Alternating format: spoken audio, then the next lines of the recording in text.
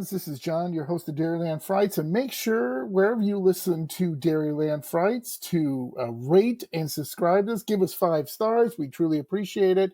And make sure you give us a review so we can see how we can improve the show, make it better, and stay spooky.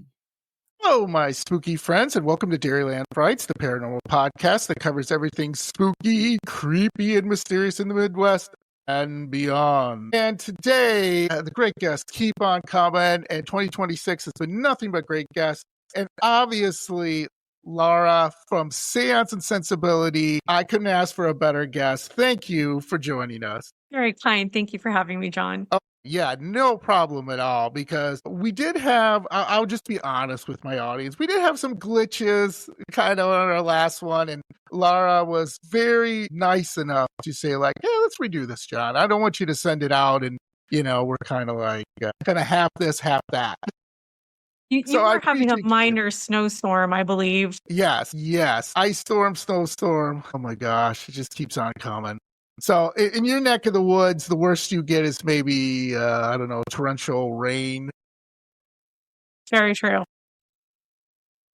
Well, that's good enough. We all have our weather issues, but this is a paranormal podcast, so let's get right into it. So Lara, would you want to talk about a little bit about Seance and Sensibility and tell my spooky friends, a little bit about you and a little bit about, your site and everything? Yeah, so I have been interested in paranormal stuff since I was a little kid. And when I grew up I'm a 70s baby, so I grew up mostly in the 80s, and we had Elvira hosting all those old-time movies, and that was it. I was just hooked. When I was a kid, I was terrible at music, but my mom kept insisting that I learn how to play the piano, and I just never wanted to practice. I know this doesn't sound like a paranormal story, but hang on. I went to my grandfather's funeral, and I heard the funeral dirge for the first time in my life, and I absolutely fell in love with it. And I came home, I'm like 7 years old at this point. I came home and I practiced and I started playing it on the piano, and that was the only song I would play by myself for hours. So creepy kid, but in all seriousness, when I was a teenager, I was very into witchcraft and Ouija boards, but we didn't have the internet back then. I didn't have the proper rules. I didn't follow the rules, and as a result, I got into a lot of trouble. And some things that were brought in, I was never able to completely get rid of in my childhood home. So sorry, Mom, and sorry for the people who still live there, because I'm sure something lingers. But I had always thought, when I retire, I'm going to do paranormal investigating because I loved it so much. I love the idea of it. I thought that sounded like the most fun thing to do with my life. And I am not retired, but my kid turned 13 last year, and my beautiful daughter, but of course she wants nothing to do with me anymore. It's all about hanging out with her friends. It's normal, right? So I was like, okay, what do I do? What are my passions that I'm going to follow? And then I kind of thought, why should I wait? And then I was introduced to this amazing world that's already there. The paranormal investigators that I've met since starting Seance and Sensibility last summer have been so open and so welcoming. I really feel like I found my people. I mean, obviously not everyone's your people. People have different ways of doing things, but as a general feeling, people have been so welcoming, and it's been so much fun. So I've accumulated tons of equipment. I feel like I had paranormal experience from before, but now I've learned how to use most of the gadgets, and that's been super fun because we didn't have that before. Yeah. I love those stories, those background stories from people, because number one, let me just say, it is a great community. Everyone thinks paranormal investigators kind of fit a certain stereotype, right? Like maybe they're kind of nerdy or geeky. Not to say that we're not, because I am proud to say I'm a nerd. Proud, and I shouted at the rooftops. I'm one of those weirdos who played D&D when I was younger. That was the devils. The devils in D&D, the devil. Yeah, okay. Relax, people. Relax. Yes, I did fight demons in D&D, and yes, I was possessed by a demon, which was super hilarious, by the way. It was a succubus, but that's neither here nor there. But is that in the game, or is that real life? Yeah, that's in the game. Game. Okay. Yeah, not real life. In real life, well, my wife, I could say she's a succubus. my daughter. Well, we won't even get into that. That's a whole different podcast, Okay. Lara. Talking about our teenage daughters and what we're going through. Okay. Yeah, that's a different club. Yeah. Again, I always say, if there's a demon in my house, what are you going to do? Scare me? I got a teenage daughter. I had a teenage son for a little while. Yeah, I still have him, but he's grown up now. He's 24. Don't underestimate parents of teenagers because we are going through a lot. Absolutely. So let's go back to you say you are a pre-internet person like me, and it's really shocking probably to your daughter or maybe people you work with or something who grew up with the internet, right?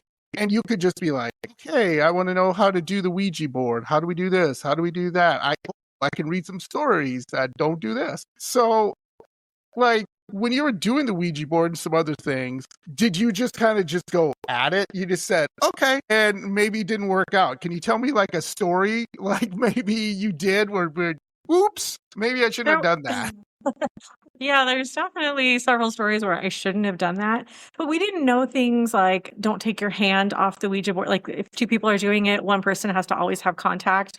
We would do it with my friend from high school, and we would do it for hours and hours in the summer because it was so fun because we were getting good responses, or so we thought. And of course, I got warnings from my mom, who was very into the paranormal herself, an old spiritualist stuff in South America. She was like, listen, it's not a game, be careful. But as a teenager, you're like, yeah, okay, be careful, next. And you don't really think about doing it. So my friend and I had been my mom was out of town and had left teenage me, because I was a straight A student and very responsible. She had left teenage me at home alone. I did throw some parties. Mostly I was interested in doing the Ouija board with my friend, and we were doing it for days and days on end, hours at a time. They got to a point where the Ouija board told us, you're opening the gate, you need to stop. And instead of taking that as the warning that that we should have heeded, we kept asking, like, what gate? What do you mean? Why should we stop? And we did all that. I know. I've told my kid, just parentheses, I've told my kid, first of all, don't do it. Secondly, if you're going to do it, never do it in the house, because I will know and you will be in big trouble. Rent a hotel room, do it in the park. Anyway, so we were doing the Ouija board, and at one point it stopped. And you have to understand, this thing had been going for days, and we were like, it's not moving anymore. The planchette is just frozen. So we let it go. And then when darkness descended that night, darkness really descended. We had an infestation of lower energy spirits in the home. And you could see, I won't even call them shadow figures because that makes them sound very human. There were blobs, moving dark blobs on the walls, and you could see it. The feeling of fear was just permeating throughout the house. And I was terrified because I was in there by myself and I knew I had a long night ahead of me. I heard knocking on the walls. We heard train tracks, and there was no train near me. It was very strange. And then I heard like a ghostly laughing. And that's just the worst. That gives me the chills in a horrible way. And it was terrifying. And long story short, when my mom came home from her trip, after a couple of days, she was like, what did you do in here? It's like, what do you mean? And she was like, my things keep getting misplaced. Things keep breaking. Something's going on. Something's in here. And I confessed, and she was like, Lara, you should know better. So we had priests come over to bless the house, and we did tons of spiritual cleansings, and everything worked a little bit, but nothing ever fully got rid of the entities in that house. So that we had mimics in that house that would mimic my mom's voice or mimic my voice to her. Had, like footsteps, phantom footsteps, all kinds of things like that. And at the risk of talking too much, after she passed away, there was nobody living in my mom's house, but it was right after. So we still had the alarm and everything was set. And we were woken up, I don't know, 3, 4 in the morning from the alarm company saying, the police are at your mom's house. It looks like the alarm went off. And I was like, how is this possible? Which one? Because all the little different, the doorways and the windows and stuff are, marked. So I asked the company which one went off. And it was one that was under the carpet upstairs right outside her office. And it only was activated by somebody stepping on it. It was a special alarm for the second floor. So no one was in the house. No one stepped on it. There were no signs of entry or anything. And the police were like, just a fluke. So something's still there. Oh, wow. Let that be a lesson, kids out there who are listening, and Don't do it at adults. home. Yeah. That's, that's really interesting to me because I've done an episode on Ouija with Marissa. She's with Tea and Smoke. She is a scryer as well as a medium and everything. And we just did the history of Ouija boards, how the people who got involved in it even were, they were having terrible accidents happen to them, including death. And guess what, folks? You can go to your local Target or Walmart and buy a Ouija board. You can make one right with a piece of paper and a pen. Or you can make one with a piece of paper, right? Yeah.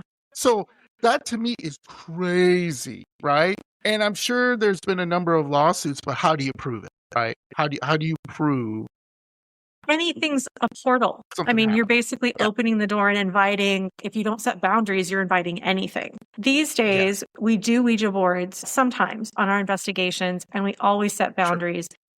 The one unbreakable boundary is we are not willing to speak to a non-human entity. If you were human, we're happy to hear your story. We're anxious to talk to you. If, and you can tell when you've used, with just a little experience, you can tell when the energy changes on the board and when you're not talking to something human. And as soon as that happens, we forcefully say goodbye and take our hands off the planchette. Say, no, we told you we're not talking to you. Yes. And there's been, by the way, talk as much as you want, Lara. So, that's why you're on here. And I love hearing your stories. So thank you. Here's a couple things. Let's just stay on Ouija boards for a second here. Number one, there's a lot of stories out there, believe them or not believe them. I listen to a ton of scary podcasts, and there's stories from Reddit or whatever. Just be careful if there's ever a little girl on there. Sometimes little girls demons disguise themselves as little girls. That's even on investigations where you hit a little girl's voice saying like mommy or something. You'll be like, oh my God, we got to help this little girl. And unfortunately, it would turn into a demon. The Sally house in Kansas, there is a little girl that roams the house that numerous investigators have seen or have claimed to see. I still believe, as well as many investigators believe, that is a demon disguised as a little girl.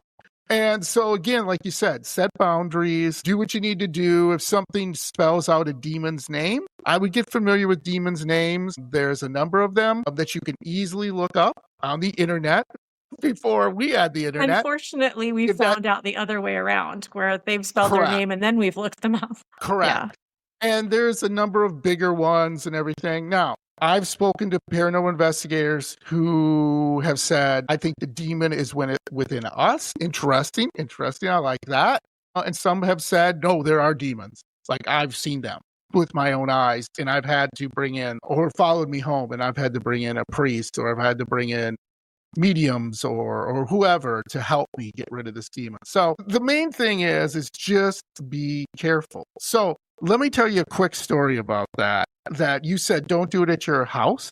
Well, I would say don't do it at a graveyard or a cemetery, because one time, this is my only Ouija board story, folks, and I've said it before, but so Laura, one time I had, I can't believe it. When I was a manager and everything at this retail location, I had this teenage girl come up to me, and usually when teenage girls come up to me, it's something bad. Like, John, I need to talk to you. And sometimes it involves some bad news, like they got pregnant or something. So I'm like, oh my God, because I had a couple people tell me they got pregnant and they were like 18 years old and scared and not know what to do. And I'm like, why are you telling me? And they're saying, well, my dad's going to kill me. Well, I wouldn't say that, but okay. But this one was different. She said, everybody knows I'm a paranormal guy. I don't hide it.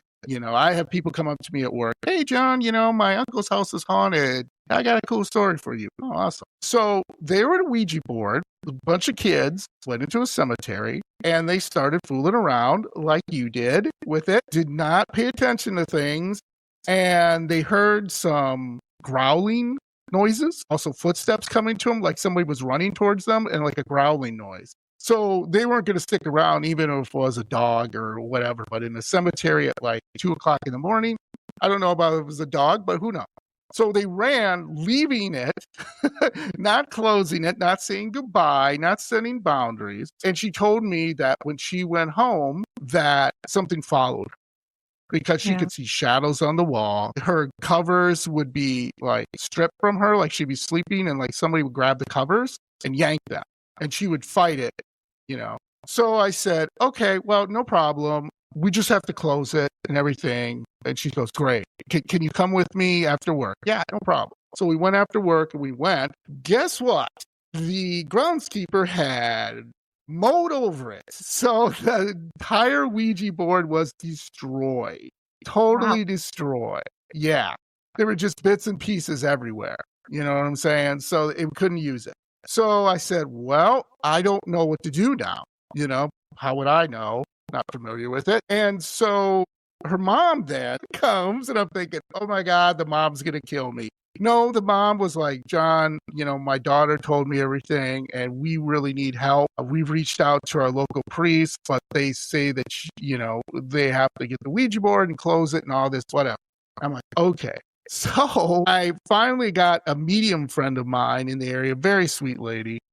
And she came with me and we went back to the cemetery with a new Ouija board with everyone there. And we were able to close it and get rid of it. And thank goodness, this is a happy story. The shadow people no longer appeared. The girl was never felt like, you know, like she felt somebody's watching her, taking her covers, touching her. So that worked out. Now, not all stories work out, folks, but that was a good thing where it worked out as a happy ending. So, yeah, all I say is be careful, right? That's a remarkable story. I wouldn't think that it would work at that point. I think, like, you know, maybe the spirit comes back and maybe it doesn't, but I wouldn't think that it would leave her alone. Amazing. I'm glad that happened. But as you were talking, you reminded me, we just did an investigation this last Friday and we had another investigative group with us, Nick and Mina from Creepy Crawly Company. They're awesome. And Mina was was under an SD session and she heard growling and then she heard the little girl voice saying, mommy, mommy, which is like exactly what you just said. And then it started saying Satan, Satan, Satan. And so we were like, okay, time to end the session. But that was exactly like the series of events. She heard the growling, the little girl saying, mommy, mommy, help me, you know, all that stuff. And then went down the wrong path. And we were like, all right, end it. Yeah. Yes. Now, I know you just started an investigation, but can you walk me through like maybe you did this by yourself, maybe you did it with a friend or whatever when you were younger, but do you remember your first investigation and what happened? Like investigation with equipment? Yeah, like modern day investigation. I would say let's do a modern day investigation. Okay. So I wasn't a little kid then, that was last summer. Okay, great. My friend Dawn, who I have sort of roped into doing these things with me because she was a little paranormal kid too, although she had really, really bad experiences with a particular now well-known demon, but this was like 30 plus years ago, you know, pre-internet, really, really insane experiences, mattresses flying type of stuff, like the things that you see in movies. And so she was like, listen, I lead a very peaceful life right now. I don't want to bring anything back in. And I was like, I don't either. I have a family. I have, you know, things going on. So we're super careful and we set really good boundaries. But Dawn is sort of my happy sidekick. And we decided to go to Tombstone, Arizona to do our first full-fledged investigation. And that was really fun. We had two types of spirits so we stayed overnight in a former brothel.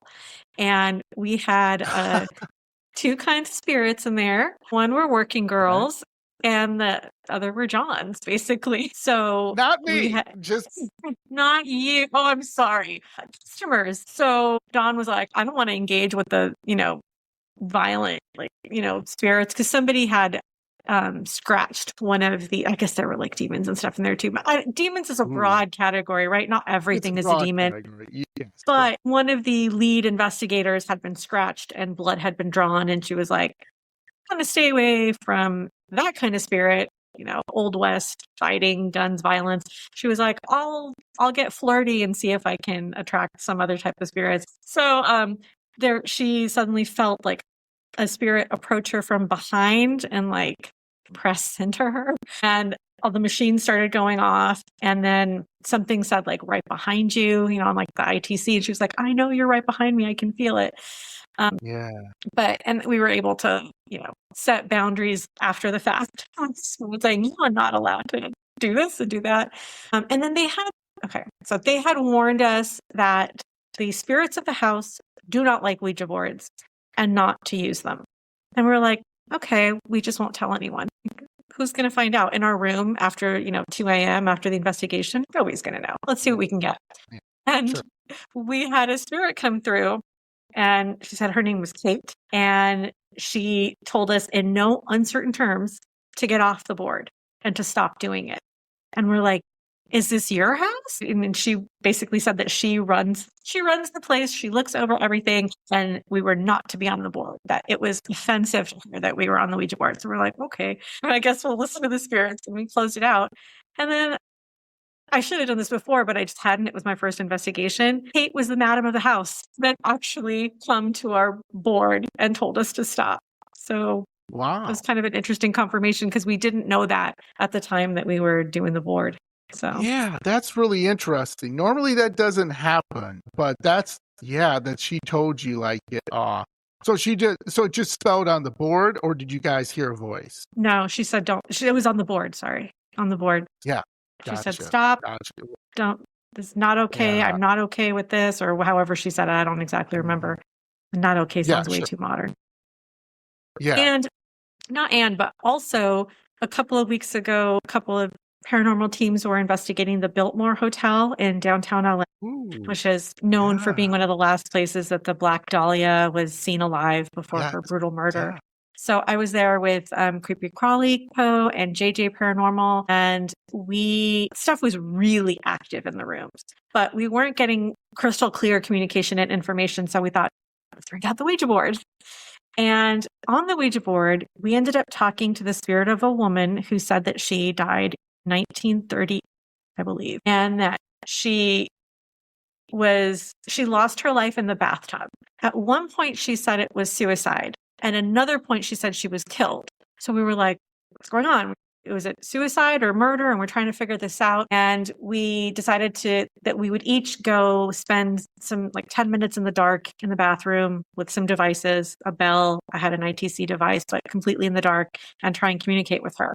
And so I was able to communicate with her, got her name, got her story, confirmed that she died in the bathtub there. And then she said she was murdered.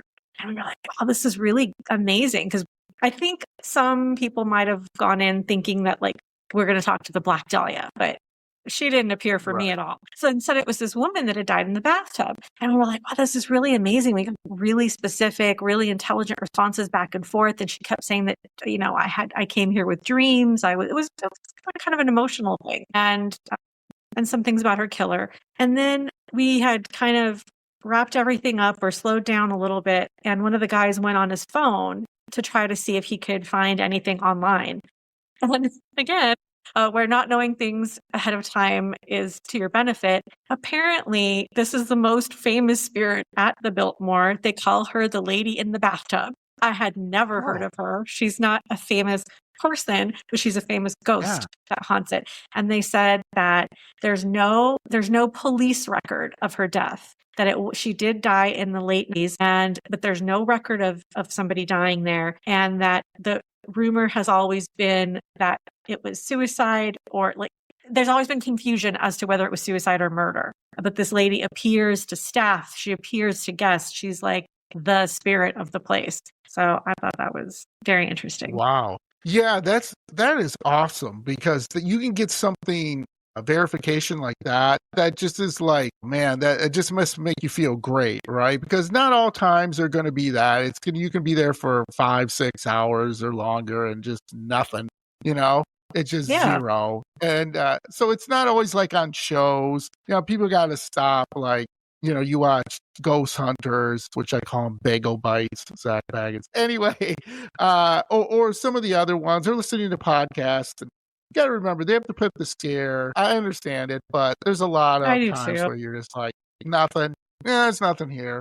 But I had a really interesting conversation with a paranormal investigator a couple of weeks ago, and he said he's trying to bring back daytime investigating because he said, I found out whether I do it during the day or night, there's not much of a difference. He's not into like, oh, there's a full moon or there's a blood moon or, you know what I'm saying? He just says, I go during the day and sometimes I get some really, really good recordings and some really good interaction. That's absolutely true. Absolutely true. It's just during the day, sometimes there's more noise pollution or I don't know. I find a different type of spirit maybe comes out during the day. Maybe that's not entirely true, but we did go with Dawn to this abandoned hotel that is above the bar where she works in downtown LA.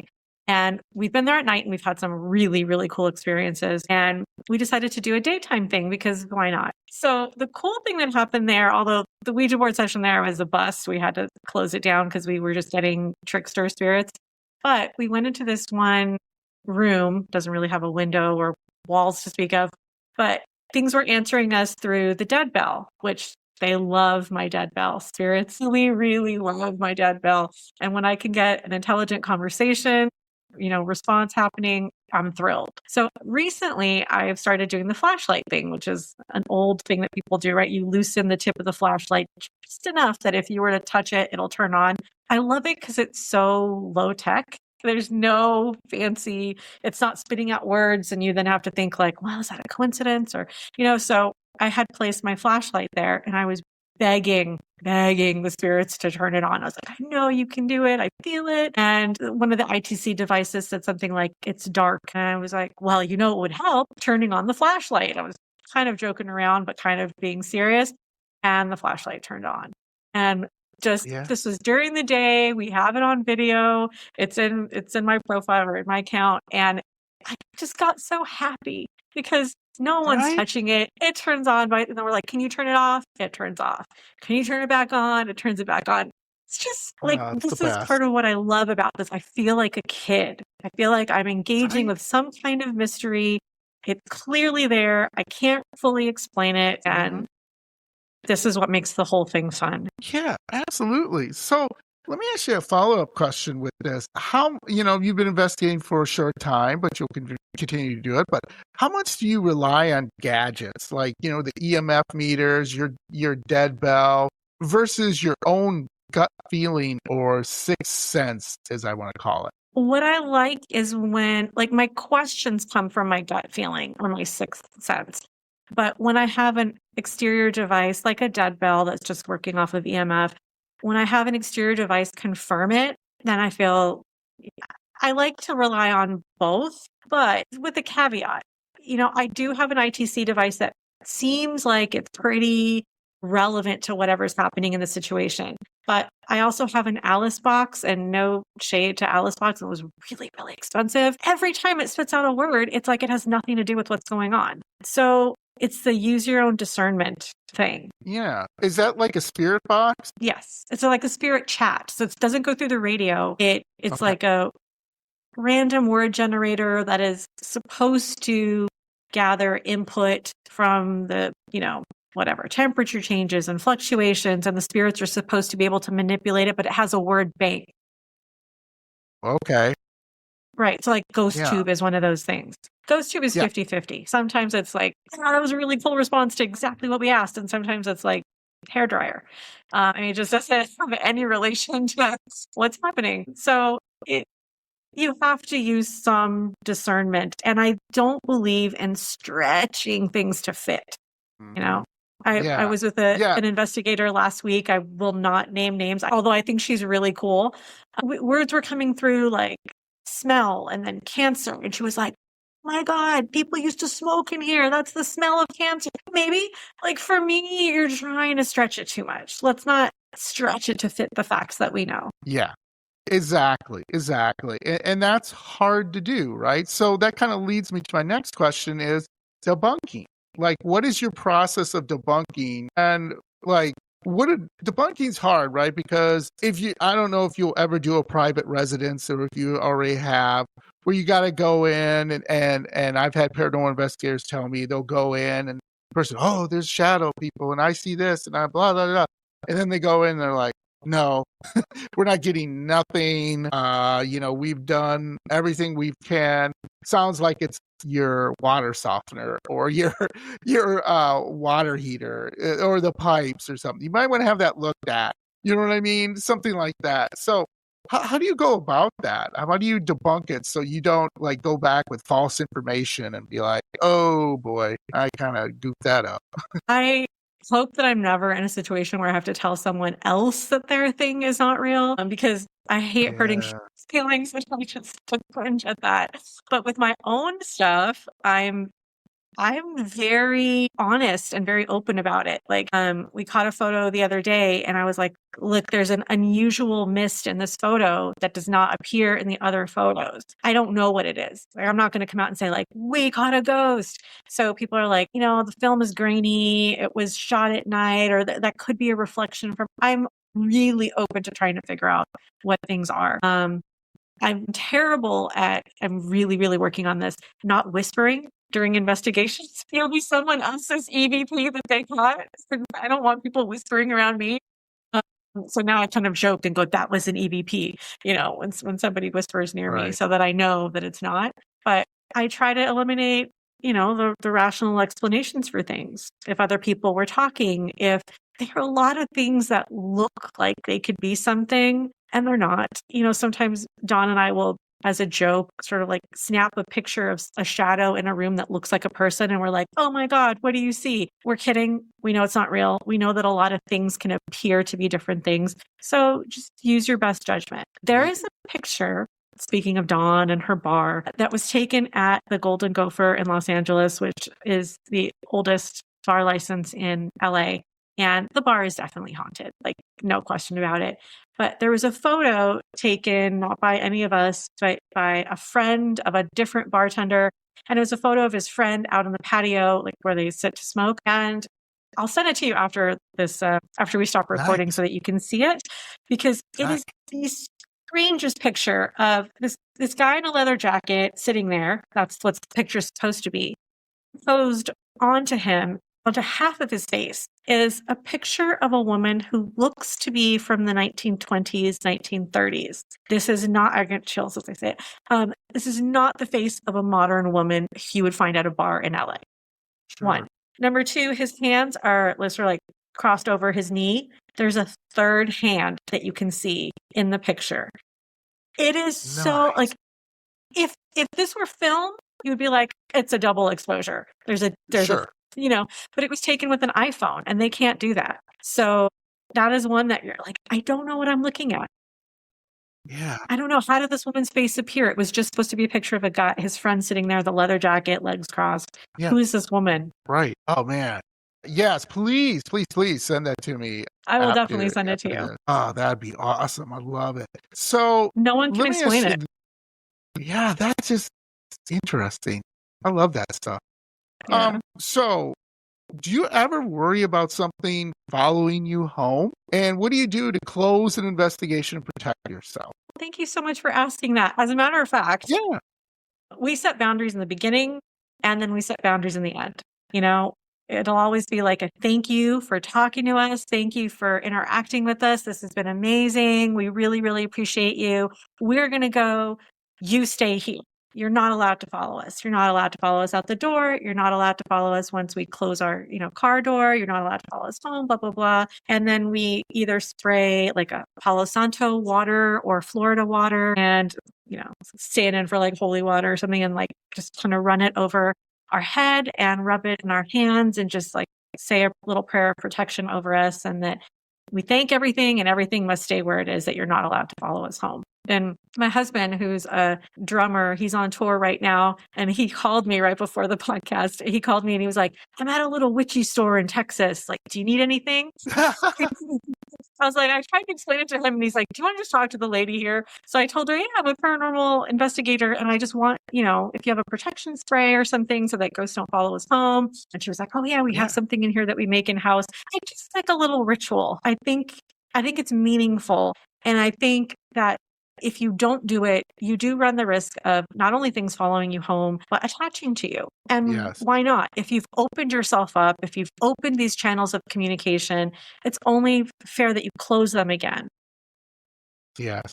Yes. And people have to understand that and everything. Now, I always ask my female investigators this because I think it's hard. I think you're very, obviously, you're sensitive and everything, and sensitive in the paranormal sense, but sensitive that, well, you're a mom, right? So, what do you do when maybe you haven't had this happen, but let's say a little child, you get the feeling a little child's like they're scared and everything, and they want to come home with you because, well, you look like mommy to them and they want to be next to you. How do you navigate that? I mean, that must be emotional, right? That you might be in a place, and what do you do? I mean, it's just this child's scared, and right? It's I haven't tough. personally, you're talking about a ghost child that is scared and that wants to Ghost come home child, with yeah. you. What I would do in that situation is offer to cross the child over and do a ritual. And I know that's controversial. Some people don't think that you should do that. But I think that if a spirit is stuck or lost and asks you for help, child or, adult spirit, that if you can help them, if someone's, sometimes people are in limbo for a while and at some point they want to move on. If you're encountering a spirit like that, there are small rituals that you can do, and you don't have to do a formal ritual, but you can light a candle, say a prayer, ask the spirit to go towards the light of the candle, ask for their guardian spirits to, show them the way and for them to pass on into where they're supposed to go. We have done that before in investigations, but only if the spirit wants to. Some spirits are unsure, Yeah. Yeah. and a lot of Yeah. spirits don't want to go. They like where they are. Yeah. Yeah. And that's tough, right? I think you can bring emotion into it. Now, let me ask you this. I've spoken to paranormal investigators who have told me it's not really a good idea if you've had, let's say, a bad day, or you've had like an emotional breakup or something like that, to go in an investigation, because they feel, and I agree, that ghosts can feed off of that, good or bad. What is your feeling on that? I think that I can see where it would leave the potential to be extra vulnerable and open. I'll have to admit that it's almost like clockwork. Sometimes when I have big investigations that I kind of can't get out of for whatever reason, I will have the worst day where terrible things will happen at home with me and my personal life and my child's life. And the paranormal investigating to me is like surfing, in that when you are on a surfboard, and I'm a terrible surfer, but when you're on a surfboard, you cannot think of anything else, right? You have to be in the moment. And as a result, it kind of like the time that I'm engaged in the investigating, I'm so present and so focused that it actually is a true escape from whatever's going on in my life. Maybe that's me deciding to leave things at the door, but I've gone into an investigation after a terrible day and come out the other side feeling so much better, just because I've had some reprieve from the stress. Sure. So I don't know. Sure. Nothing bad has happened to me, but I would say, Good. if you feel like you can't handle it, if you feel like it might be too much, don't go. Don't Yeah, postpone it. yeah, I agree with that. I agree. It's kind of like taking a sick day at work and you're not sick. It's like you get up and you're like, I can't. It's Monday. It's 6 a.m. and I just can't. Yeah. And you call in and you just sit on the couch eating bonbons and watching trash TV. If that's what you need to do, right? You just That's what you reminded need to me, do. what I won't do is if I'm super exhausted, I can't, because I feel like I can't protect myself. My energy field is low Right. in that sense. If I'm, and Right. I've canceled investigations with smaller investigations with friends or people I know. Like, listen, I'm just not feeling it today. I did not sleep last night. And then I feel like if my defenses are low in the spiritual sense, then I truly am vulnerable. So yeah. Yeah, I totally agree with that, because it's kind of like when you're sick, you know what I mean? And you have a head cold or something, and you're just like, "Bleh," and Yeah, you're your just, you're immunity is low. vulnerable. Exactly. Yeah, yeah. So not to say ghosts are like a virus, but okay, let's go down that road. But you I never think it know could what you're be, gonna right? find, right? You never know, right? And it's that opportunity for the ghost to do something clearly harmful or just, I don't know. Who Or if knows? that's the one day that the negative entities are around, you don't want to be vulnerable that day. Yes. Negative energy from you collects negative energy from others. And that's just with your paranormal investigation, or you're just at work and just clearly people know you're having a shitty day, right? And Yeah. it just Also, like, bad wow. personal boundaries in your life Yeah. equals bad spiritual boundaries out in the field. Yeah. Yeah. You let Absolutely. anything come through. You can't say no. Yeah. It shows up Yeah. in the field Exactly. a lot. Boundaries are key. You got to establish those boundaries. Like you said, when you're leaving, hey, I don't want you to come back with me, so on and so forth. Because if you don't and invite that in, could be problems. And I've spoken to paranormal investigators who've done it to challenge themselves and have immediately regretted it. Immediately regret that they did that. And they said that was so stupid. I did that, but I was trying to challenge myself and trying to show that, I can handle this situation. Think, that's all I have to say. Think you're going somewhere in an area, opening a portal. You don't know what's coming out of that portal. You just don't know, right? Yeah, and I think that you do need to go in with an attitude of respect, whether you're talking to human spirits or whether a non-human entity shows up. It's not a game in that sense. I love having fun on investigations, and I do. And sometimes the spirits are telling jokes or laughing at our jokes or making fun of us. It can be a really playful atmosphere. But Yes. if you go in wanting to start a fight, wanting to challenge something, you're going to attract something that also wants to challenge you. Yeah. Sometimes, we're dealing with stuff that we don't really know what it is. We have all kinds of ideas and theories, but we don't really understand. And it's so easy to open up a can of worms that you can't close. Yes. And I know Absolutely. paranormal shows are very famous for trying to provoke some type of response, right? I know. Yes. The other day we were sitting and it was the morning, we were after an investigation, we were about to leave the hotel, and I just had the ITC device on and it wasn't saying anything. So I was just talking, and I was talking to my friend Dawn about Zach Bagans and Ghost Adventures. And I had just started talking about it. I'm like, oh yeah, in the last episode of Ghost Adventures, blah, blah, blah. And then the ITC device said, understand. And I cracked up because the word that I always repeat. I can't not watch the beginning of the show and go, there are things in this world we don't understand. Understand.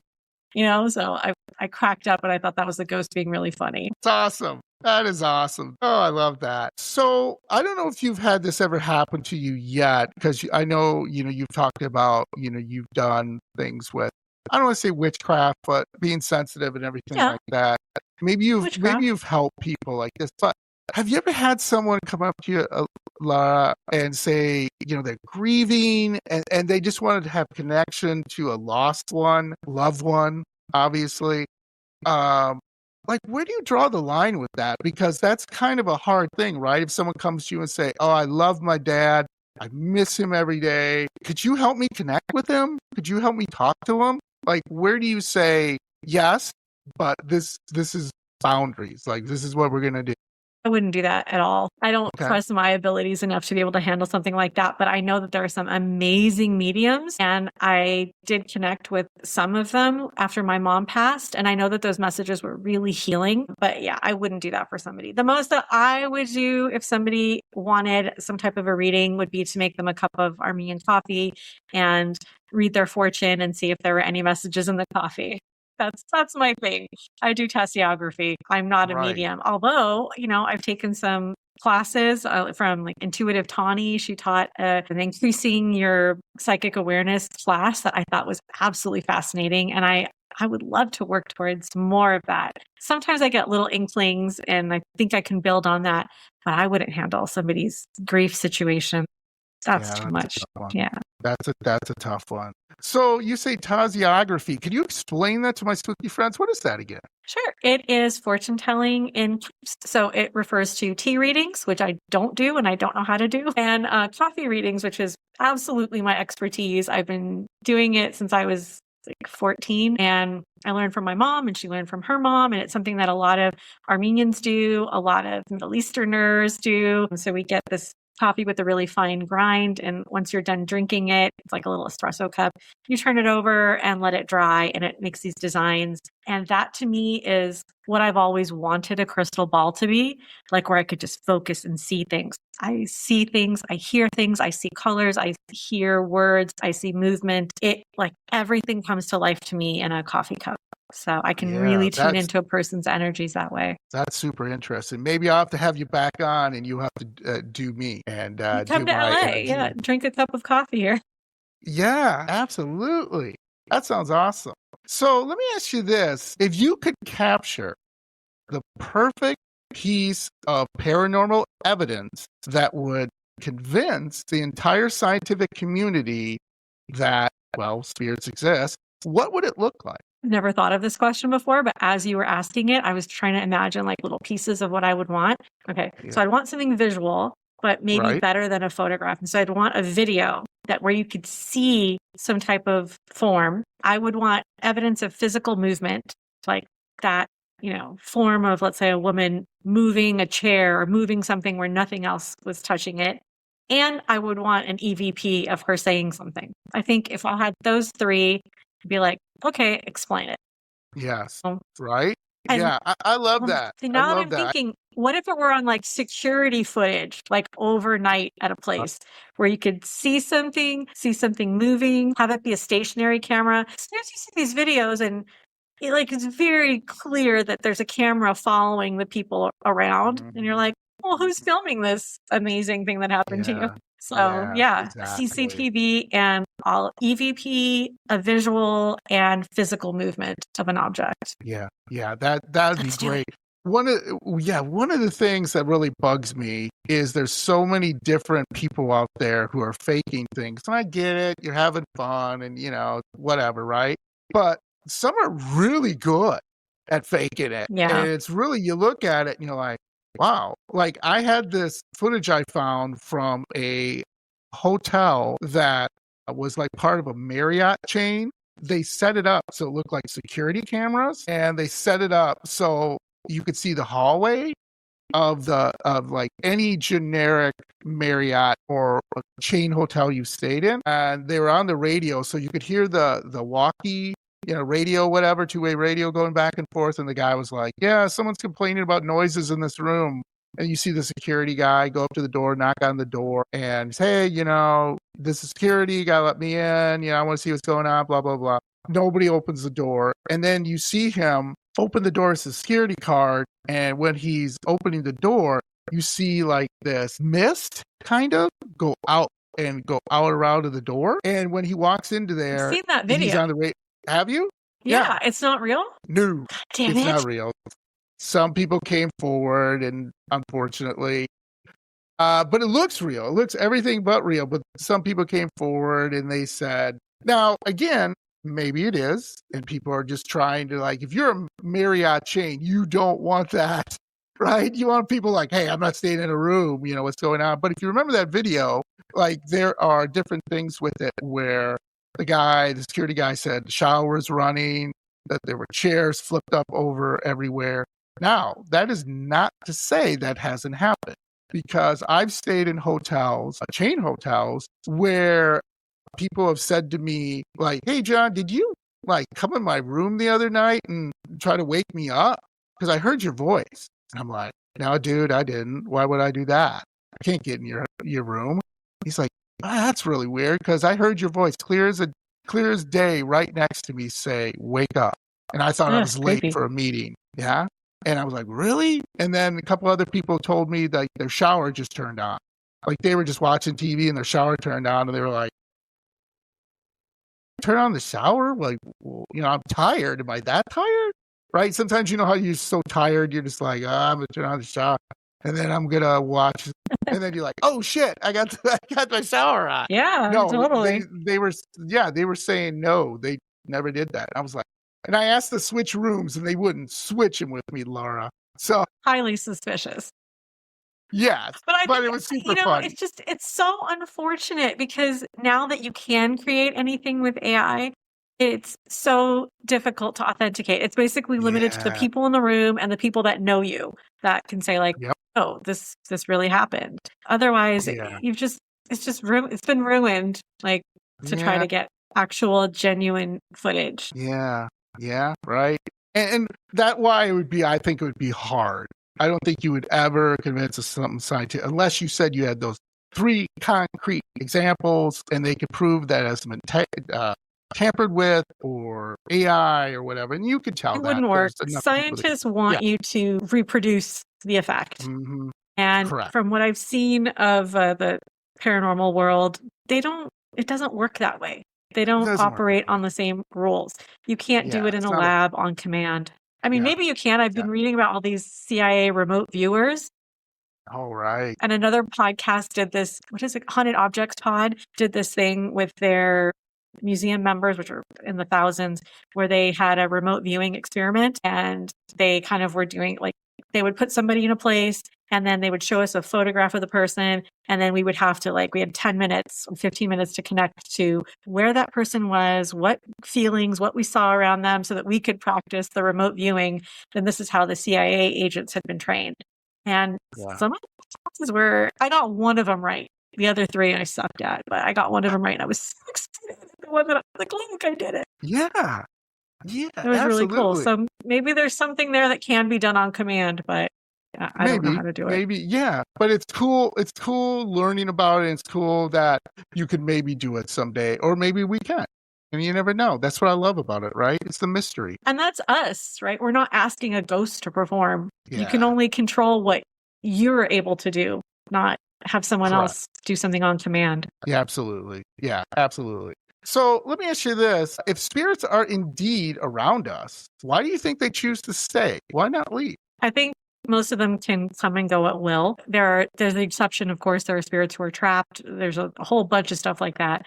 But in terms of our guardian spirits or the spirits of our loved ones, I think they choose when to come. And some of them are around us an awful lot, but I don't think they're around us constantly. Does that make sense? Like, I think they can choose when they're needed, or they can sense when you might need their guidance. And then when you're fine, I think they go off and do their own things. Yeah, absolutely. It's almost like people, right? You know, like, yeah, I'm hanging out. Now I want to, I don't know, go somewhere else, right? Yeah. Yeah. And who knows where There's that so would much be. around us we can't see, you know?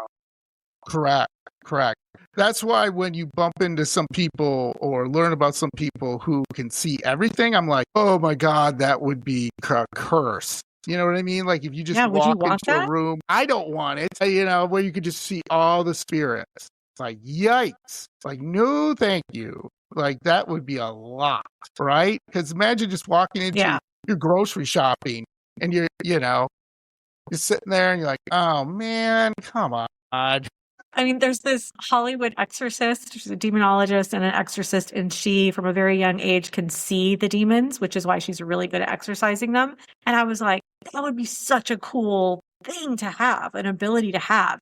And then I thought, wait, but that means that when you get up at 2 a.m, to go to the bathroom, you can also see demons? Maybe not. Maybe that wouldn't be the best superpower to have. Yeah. I would have to say a big no on that. You know, I would love to have some sensitivity towards it, but not all the time. I mean, that would just be like, ugh. You know, that's a lot. It's a burden. Wait, yeah. So we're going to finish up with a really fun little game. We're going to do a speed round. And what I'm going to do is you're just going to go at the top of your head and just be like, you know, yes or no, or just kind of give me a quick answer. All right. So are you ready?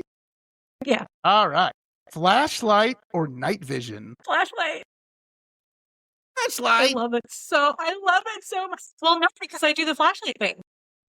Yeah. Where I have the ghost turn them on and off. We got to get you a flashlight sponsor. We got to figure that out for Seance and Sensibility. You know, I picked the cheapest thing. So, scariest movie you've ever seen? Listen, it's not scary by today's standard, but it's The Exorcist that just think about that movie so frequently. And I saw it when I was a child. Things about that movie still occupy my mind. Yes. One place on your bucket list, if you had unlimited funds, you would go to right now to investigate. I would really like to visit an asylum, maybe like the Waverly House or just an abandoned asylum. If I could have permission to investigate an abandoned asylum. And if I could have security to make sure that like no vagrants were going to be a physical threat to me, I would love to do that. Yeah. Yes, that would be awesome. Mine is always the same: Transylvania, Dracula's castle. I'm never gonna change. What would you expect to find at Dracula's castle? Cool stuff. I don't know. I mean, maybe Dracula just jumped me. You know, I'd be like, Would you want to be a vampire? Thank you for asking that. And absolutely not. Think about how much that would suck. Pardon the pun. Think about it. You're at work, right? You're at work, just at work, and everyone is aging around you, and you're not aging. Don't you think someone's going to eventually come up to you and be like, John, you've worked here like 20 years, and you look like the same person the day you showed up here? Like, you know what I mean? Or you have to be independently wealthy. You can't work forever. You would have to be correct. Like I told you, you would have to move all the time because eventually they'd be like, why all these young, beautiful women are being abducted in this area? Like somebody's going to beep, beep, beep. You know, the things are going to go off, right? Eventually they're going to figure it out that it's you abducting these women and turning them into your, I don't know, Dracula concubines or something. You know, I think that's pretty. I just think like life is long enough. Quick. It's long enough. It's painful enough. Right. It's long enough. You know, you're just going to be in there 300 years old and you'll be like, oh, their birthday party. The other birthday parties, like, oh, come on. Yeah, I'm going to live through. My taxes are getting crazy. How am I going to do that? You know, come on. It's just little things like that. Look at the price of milk. This is insane. So, yeah, and then it's just me and AI hanging out, you know. Let me ask you this. We kind of talked about this. Last question. Do you believe in demons or just lost souls? Yeah, awesome. And I was going to ask you this question, but I already know it. Well, your favorite piece of gear right now, flashlight, right? Ooh, oh, love that.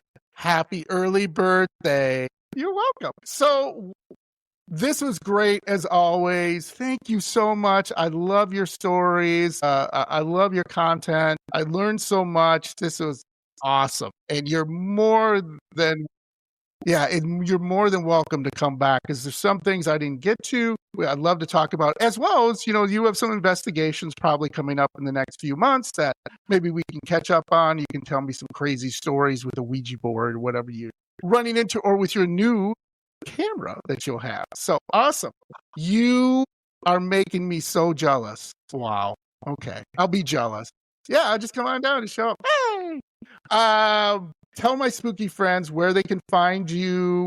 Like you already said, your Queen Mary. Anything else coming up that they should know? Oh, awesome. Oh, so much. Nice. I have a bunch of good spooky friends in the UK. Maybe I'll send you their information, and who knows, maybe they're in the area and you can do a joint thing or just say hi and kind of pick their brain a little bit. Yeah, I'll see after the podcast this week or next week. I'll send you their information and you can just reach out to them. And hey, if you want to get together, great. If not, yeah, you know what I mean? Cool. At least, you know, see what's going on. But they're awesome. They're such nice people and they're great people. Two of them are a husband and wife team, which always cracks me up. I don't know. There's no way in hell I could do it. My wife and I do an investigation. She would run one way. I would run the other way. It would be pretty lame. Love it, hon. This is going to be great, honey. Yeah. Okay, we're doing this. Awesome. Well, again, thank you so much. Yeah, you got to do that. So again, thank you so much. Love to have you back on. And, you know, once this comes out, my spooky friends, I will put all her links.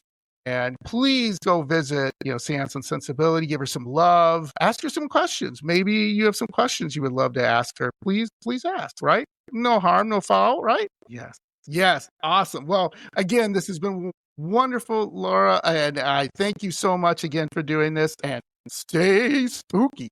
Bye-bye. Have a great night.